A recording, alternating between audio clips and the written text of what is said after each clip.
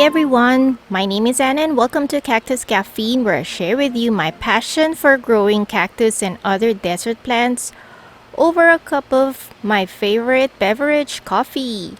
For today, I am going to talk about the cactus genus Rebutia. Rebutia, however you want to say it. I'm just used to saying it as Rebutia. So here are some examples of my Rebutia that I have in my collection. They are now in flower because it is spring as I'm doing this video. So this is the time for them to bloom, usually spring or summer.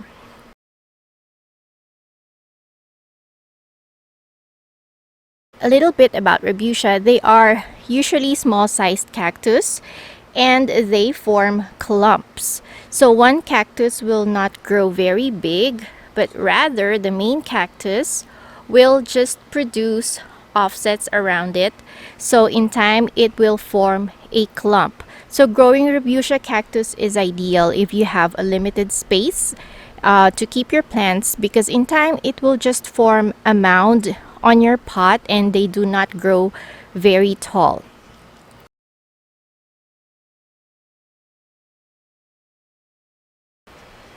Like many of the flowering cacti, a good winter rest period or a period of dormancy under cooler temperature is required to make this cactus produce a flush of flower when the temperature warms up, like this one. So I like Rebutia because they have the tendency to produce a lot of flowers, almost covering the cactus. Here in the desert, we get freezing temperatures and occasional snow during winter. So I keep my Rebutias in a greenhouse at a minimum temperature of around 35 to 40 degrees Fahrenheit during winter. Refrain from watering them when they are on their winter rest. As soon as the weather starts warming up, little buds will form on your cactus, signifying that it is coming out of winter dormancy.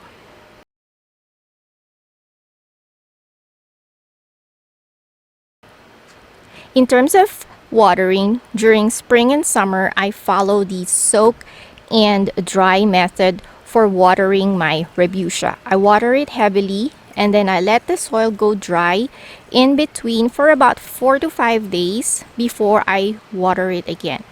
I find Rebutia roots to be sensitive when they are sitting in water for a prolonged period. I almost lost one Rebutia pot to rot because although the cactus was in a terracotta pot, I had a plastic saucer underneath it. So it was retaining water underneath the pot. So the soil stayed wet longer. Fortunately, although the mother cactus rotted, I was able to save some of its pups, and this is among those pups. So this and this one came from that mother Rebutia cactus that rotted.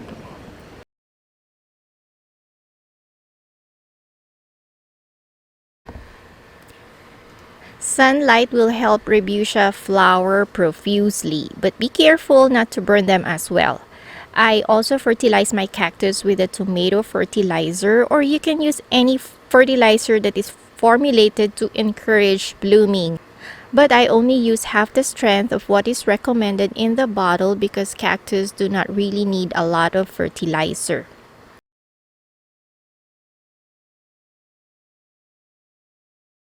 You can propagate Rebutia by taking offsets and rooting them separately on their own.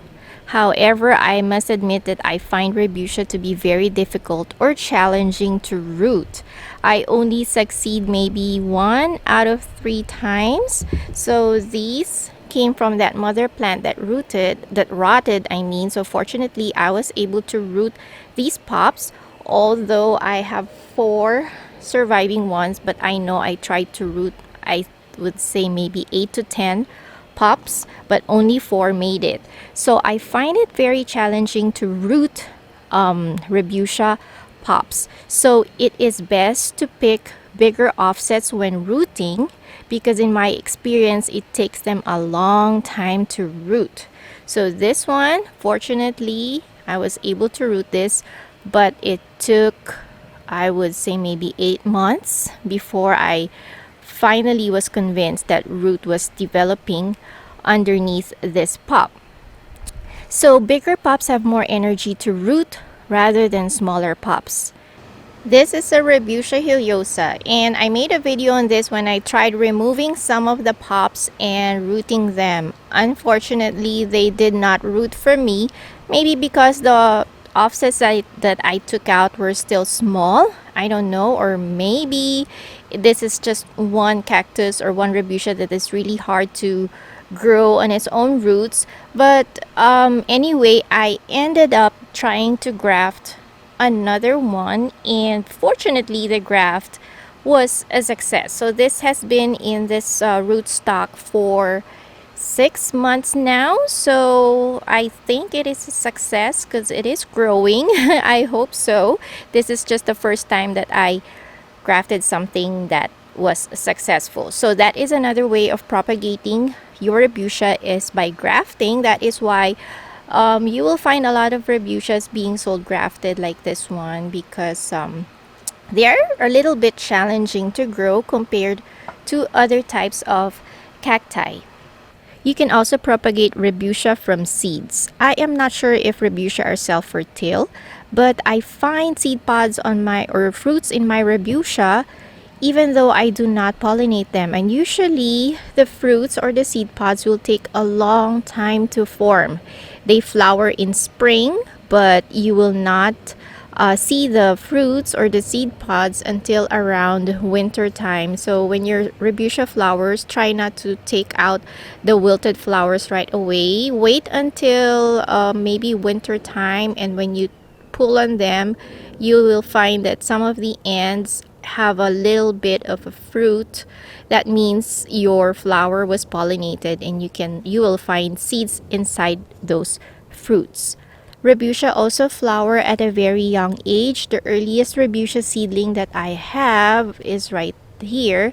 This flowered just after 2 years after I sowed it from seed, and then this one flowered after 3 years. So they flower at a very young age.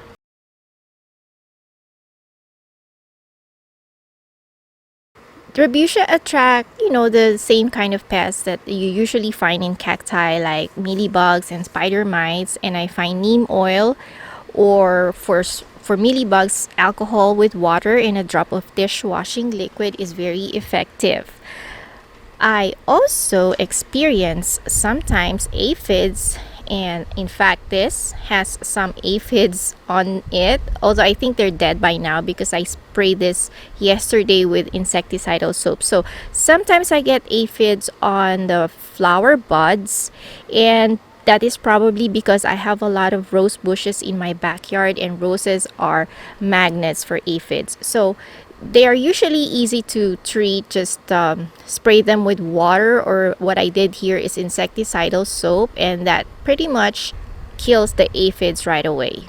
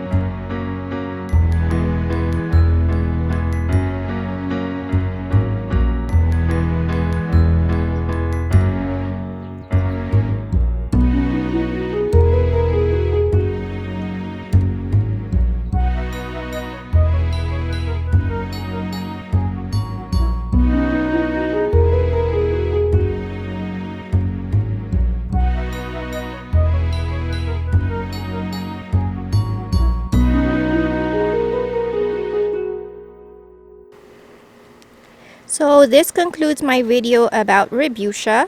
I hope you will consider adding Rebutia into your cactus collection. They are small, compact, but when they flower, they will definitely not disappoint you. Alright everyone, thank you for joining me today, and until next time, bye and cheers!